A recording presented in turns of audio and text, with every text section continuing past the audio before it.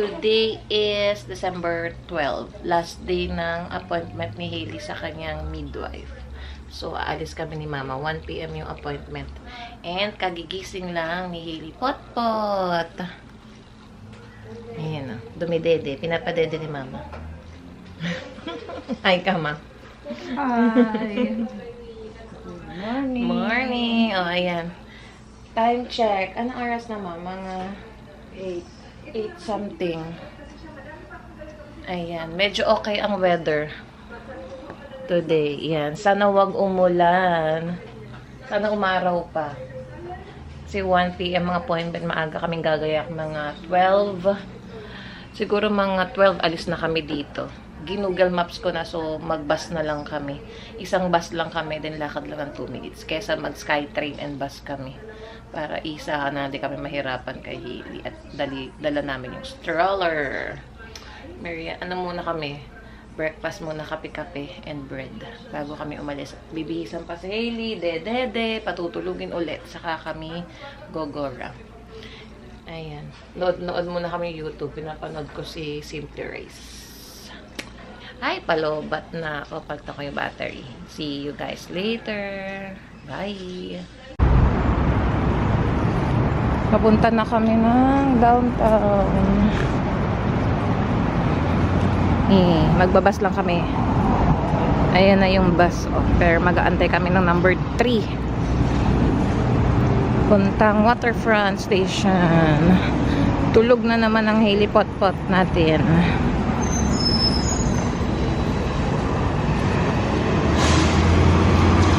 Medyo okay weather kahit medyo malamig, buti hindi na ulan.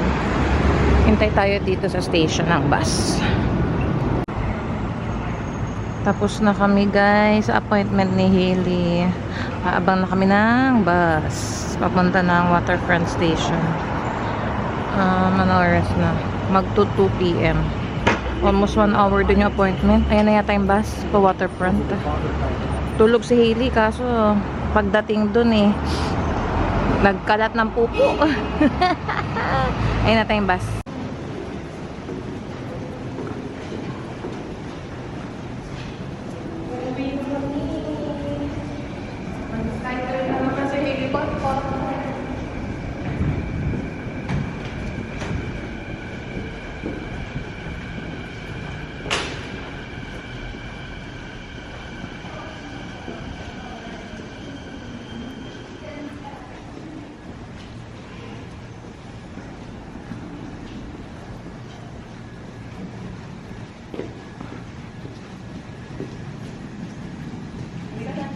Hello guys! Continuation ng vlog. Pupunta kami ni Mama sa sementeryo.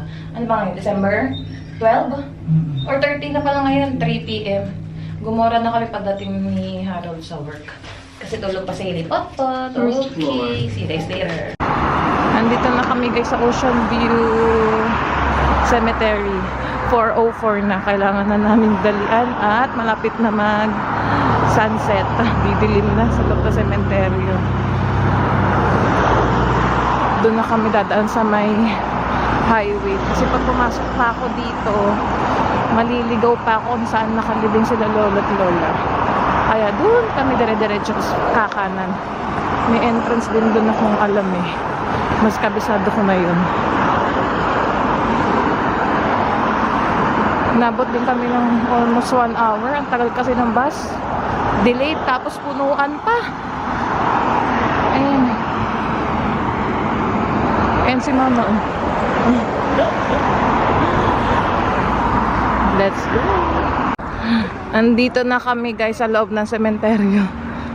Ano yan? Kailangan lang namin bilisan mahanap.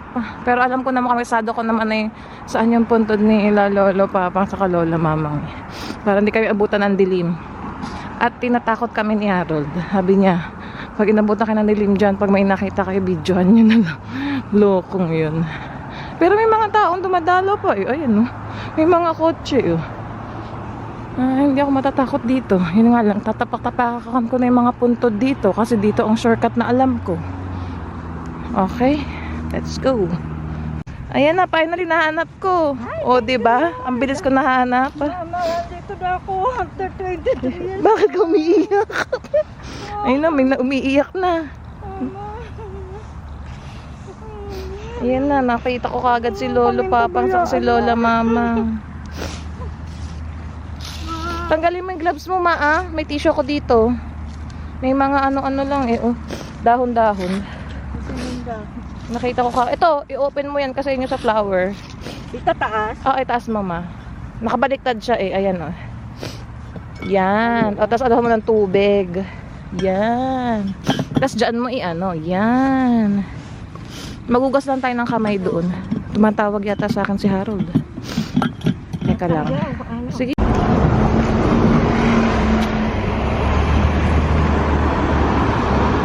Ganda ng Christmas tree. Metro Town na kami, guys.